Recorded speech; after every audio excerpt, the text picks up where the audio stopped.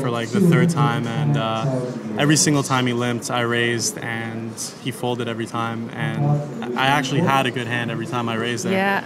And then I knew he was planning on like limping and then going all in when I raised, and I did it again, but I happened to have a hand again. I had pocket sevens and he had king queen. Flop came jack 10 4 or something, and I had pocket sevens, so he had a lot of outs, and he hit the nut straight on the river. So unreal. Forget about the money for a second if you can. Think about names like Noel Furlong, Jimmy Langan, Colette Doherty. Parg, what does it mean right now for Marty Smith and Roland DeWolf to try and win that trophy? Probably a lot more to Marty Smith than it does to Roland DeWolf, because Marty's one of our own, and to win your own national title, especially with this kind of money involved, it's huge.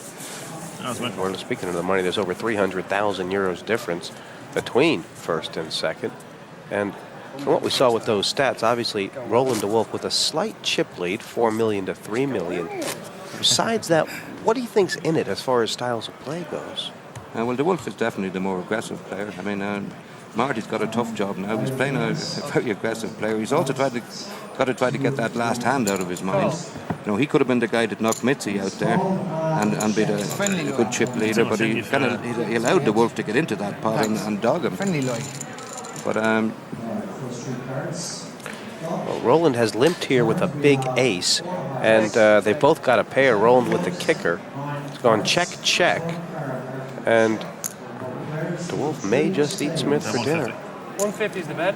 Well, DeWolf has been showing an awful lot of respect for Smith's bets. I'm sure that hasn't been lost on Smith. Smith can maybe use that against DeWolf. You know, if Marty Smith wants to start bluffing, now it's a pretty good time to start. Anything but a 7. I'm not talking about this pot in particular. This one was never going to get too big, but Marty's going to have to change to a different gear if he wants to mess around with DeWolf. 2 9s with an ace. I get the feeling that DeWolf is quite content to sort of get deep into pots before the big decisions are made, Park. Sure, well, DeWolf is planning on winning 2 out of every 3 pots again. Park, you don't get much chance to play heads up unless you've gotten to this stage of a tournament before. I mean, what is the strategy to heads up play? Run all over the guy.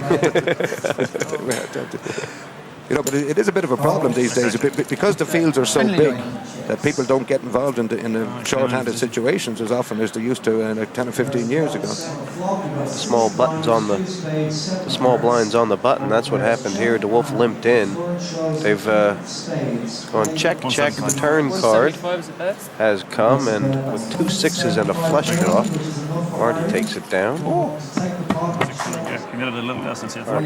Talking about Terry Rogers before, the bookmaker. He used to always run a book. Didn't he used to always put in a false favorite to get guys over? There was some story about famous Seamus, wasn't there? Yeah, you know, Terry used to make he put in a false favorite just and put an ad in the English racing papers. DeWolf's got aces and he's limped on the button.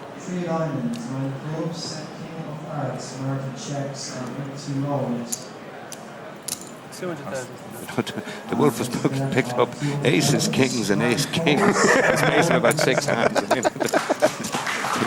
there were some guys who'd be open to pick up those 3 hands in a week. It's killing him that he can't tell Marty. You know he wants to tell somebody.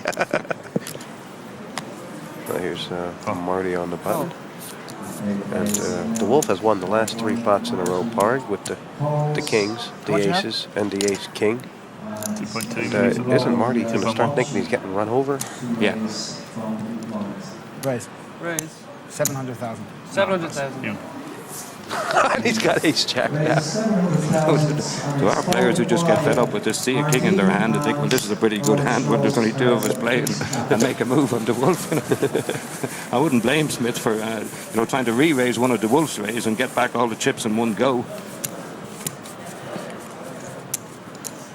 But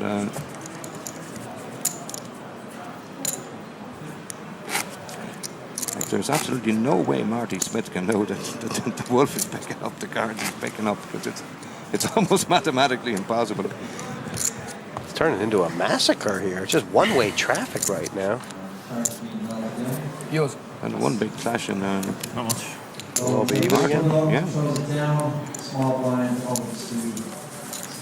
But, you know, Marty desperately needs to start picking up a couple of even small pots now, just to build his stack up a little bit. So sort of the danger is if this bleeding continues, and it's not Marty Smith's fault that he's bleeding at the moment, that by the time a big clash does come, if Marty does double up, that he'll still be behind. You know, De Wolf was one of the favorites for this tournament before it even started. Sponsors had him in at 80 to 1. And that was looking like a very good price right now. Check. Oh. Now, Marty, that's the way to do it. Check. Oh my God. 250. 250 is the bet. Well, this is the first time, Pard, that Marty has managed to get called with a good hand, although a 4, 3, or 5 will change things, and I'm nearly amazed it didn't come. You're not as nearly amazed as I am. This could be the comeback. Kenny, how much does he need to bet to get paid? 500. $500,000 is a bet. Possibly a little less than that, but then again, he's not to know. That, even though the Wolf had a second pair on the flop with the 4, the 3 isn't the kind of kicker you'd like to be writing home about.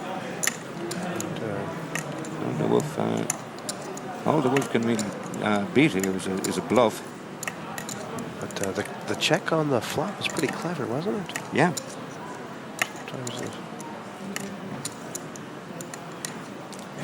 The crowd's not to know if they weren't rolling the call or not.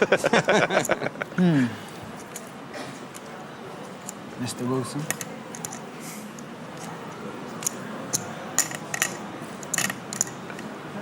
Well, he's going to try and give nothing away.